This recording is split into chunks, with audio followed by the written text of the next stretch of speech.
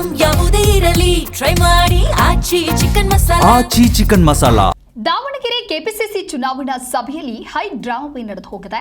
ಎರಡೂ ಬಣದ ಕಾರ್ಯಕರ್ತರಿಂದ ಪರಸ್ಪರ ಗಲಾಟೆ ಗದ್ದಲ ಜೋರಾಗಿದೆ. ಸಭೆಯ ವೇಳೆ ಏಕಾಏಕಿ ಎರಡೂ ಬಣದ ಕಾರ್ಯಕರ್ತರು ನುಗ್ಗಿದ್ದಾರೆ. ಗಲಾಟೆ ಗದ್ದಲದಲ್ಲಿಯೇ ಕೆಪಿಸಿಸಿ ಚುನಾವಣಾ ಸಭೆ ನಡೀತಾ ಇದೆ. ಅಲ್ಪಸಂಖ್ಯಾತರಿಗೆ ಟಿಕೆಟ್ ನೀಡುವಂತೆ ಒಂದು ಬಣ ಪಟ್ಟು ಹಿಡಿದಿದ್ರೆ ಸಮರ್ಥ್ಗೆ ಟಿಕೆಟ್ ನೀಡಿ ಅಂತ ಹೇಳಿ ಇನ್ನೊಂದು ಬಣ ವಾದವನ್ನು ಮಾಡ್ತಾ ಇದೆ.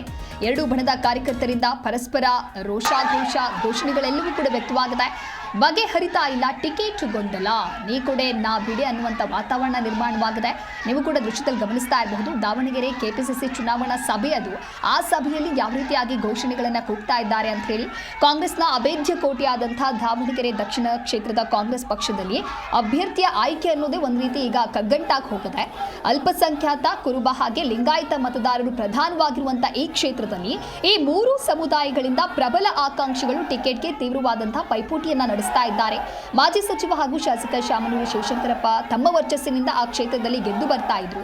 ಶಾಮನೂರು ಅವರ ನಿಧನದಿಂದ ತೆರವಾಗಿರುವಂತಹ ಸ್ಥಾನವಾದ್ದರಿಂದ ಅವರ ಕುಟುಂಬಕ್ಕೆ ಟಿಕೆಟ್ ಸಿಗಬೇಕು ಅನ್ನೋದು ಶಾಮನೂರು ಅವರ ಪುತ್ರರಾದ ಹಾಲಿ ಸಚಿವ ಎಸ್ ಮಲ್ಲಿಕಾರ್ಜುನ್ ಅವರ ವಾದ. ಈ ವಾದವನ್ನು ಆಧಾರವಾಗಿಟ್ಟುಕೊಂಡೇ ಪುತ್ರ ಹಾಗೆ ಶಾಮನೂರು ಅವರ ಮೊಮ್ಮಗನಾದ ಸಮರ್ಥ್ಗೆ ಟಿಕೆಟ್ ಅನ್ನ ನೀಡಿ ಅಂತ ಹೇಳಿ ಈ ಬಣ ವಾದವನ್ನ ಮಾಡ್ತಾರೆ.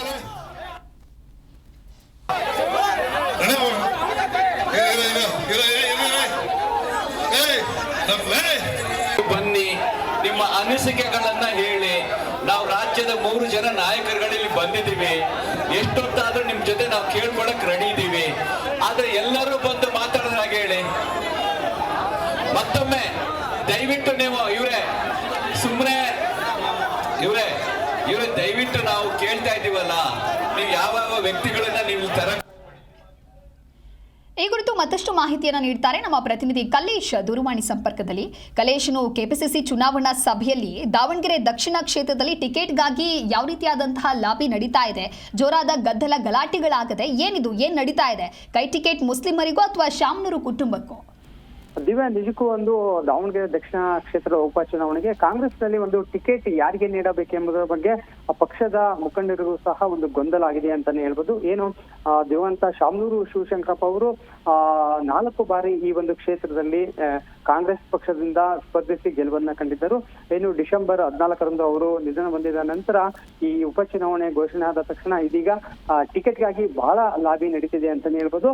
ಆ ಒಂದು ದಕ್ಷಿಣ ಕ್ಷೇತ್ರದಲ್ಲಿ ಮುಸ್ಲಿಂ ಜನಾಂಗ ಸುಮಾರು 80,000ಕ್ಕೂ ಅಧಿಕ ಮತದಾರ ಇದ್ದು ಸಾಕಷ್ಟು ಏನು ಮುಸ್ಲಿಮರು ಇರುವ ಕಾರಣ ಪಕ್ಷದ ಮುಖಂಡರು ಮತ್ತು ಎಲ್ಲಾ ಸಂಘಟನೆಗಳು ಸಹ ಮುಸ್ಲಿಮರಿಗೆ ಟಿಕೆಟ್ ಕೊಡಬೇಕು ಅಂತೇಳಿ ಪಕ್ಷದ ಒಂದು ಹೈಕಮಾಂಡ್ಗೆ ಒಂದು ಒತ್ತಡವನ್ನ ಇರ್ತಿದ್ರೆ, ಅದರಲ್ಲೂ ಸಹ MLC ಅಬ್ದುಲ್ ಜಬ್ಬಾರ್ ಅವರಿಗೆ ಟಿಕೆಟ್ ಕೊಡ್ಬೇಕು ಅಂತ ಹೇಳಿ ಸಾಕಷ್ಟು ಮುಸ್ಲಿಂ ಮುಖಂಡರು ಒಂದು ಅವರಿಗೆ ಬೆಂಬಲವನ್ನ ಸೂಚಿಸಿದರು. ಈ ಹಿನ್ನೆಲೆಯಲ್ಲಿ ಇವತ್ತು ಕೆಪಿಸಿಸಿ ಏನು ಒಂದು ಕಮಿಟಿ ಮಾಡಿದ್ದಾರೆ, ಅವರು ಒಂದು ಕೆಪಿಸಿಸಿ ಕಾರ್ಯಾಧ್ಯಕ್ಷ ಮಂಜುನಾಥ್ ಭಂಡಾರಿ ಅವರ ನೇತೃತ್ವದಲ್ಲಿ ಒಂದು ಸಭೆಯನ್ನ ಮಾಡಿದ್ರು. ಈ ಸಭೆಯಲ್ಲಿ ಮುಸ್ಲಿಮರು ನಮ್ಗೆ ಟಿಕೆಟ್ ಕೊಡ್ಬೇಕಂತ ಹೇಳಿ ಸಾಕಷ್ಟು ಗದ್ದಲವನ್ನ ಉಂಟು ಮಾಡಿದ್ರು. ಕೇವಲ ಕುಟುಂಬ ರಾಜಕಾರಣ ಮಾಡದೆ ಎಲ್ಲರಿಗೂ ಸಹ ಹಿಂದುಳಿದ ವರ್ಗದವರಿಗೆ ಅಥವಾ ಅಲ್ಪಸಂಖ್ಯಾತರಿಗೆ ಯಾರಿಗಾದ್ರೂ ಟಿಕೆಟ್ ಕೊಡಿ, ಮತ್ತೆ ಶಾಮನೂರು ಕುಟುಂಬಕ್ಕೆ ಬೇಡ ಅಂತ ಹೇಳಿ ಒಂದು ವಿರೋಧವನ್ನ ವ್ಯಕ್ತಪಡಿಸಿದ್ದಾರೆ. ಈ ಒಂದು ಸಭೆಯಲ್ಲಿ ಯಾವುದೇ ರೀತಿಯಾದ ಒಂದು ಟಿಕೆಟ್ ಯಾರಿಗೆ ಕೊಡಬೇಕು ಅನ್ನೋ ತೀರ್ಮಾನವನ್ನ ಪಕ್ಷದ ಮುಖಂಡರು ಕೈಗೊಳ್ಳಲು ಸಾಧ್ಯವಾಗಲಿಲ್ಲ ಅಂತಾನೆ ಹೇಳ್ಬೋದು. ಯಾಕಂದ್ರೆ ಸಾಕಷ್ಟು ಗದ್ದಲ ಮತ್ತು ಗಲಾಟೆ ಕೂಡ ನಡೆಯಿತು. ಮುಸ್ಲಿಂ ಮುಖಂಡರು ಮತ್ತು ಶಾಮನೂರು ಫ್ಯಾಮಿಲಿ ಬಣದ ಒಂದು ಇಬ್ಬರ ನಡುವೆ ಸಹ ಒಂದು ರೀತಿ ಗೊಂದಲಮಯ ಉಂಟಾಯಿತು ಅಂತಾನೆ ಹೇಳ್ಬೋದು. ಹೀಗಾಗಿ ಕಾಂಗ್ರೆಸ್ ಪಕ್ಷದಲ್ಲಿ ಯಾರಿಗೆ ಟಿಕೆಟ್ ಕೊಡಬೇಕು ಅನ್ನೋದೇ ಒಂದು ಪಕ್ಷದ ಮುಖಂಡರಿಗೆ ಒಂದು ರೀತಿಯ ಕಗ್ಗಂಟಾಗಿದೆ ಅಂತಾನೆ ಹೇಳ್ಬೋದು. Divya, okay, thank you Kalesh ನಿಮ್ಮೆಲ್ಲ ಮಾಹಿತಿಗಾಗಿ.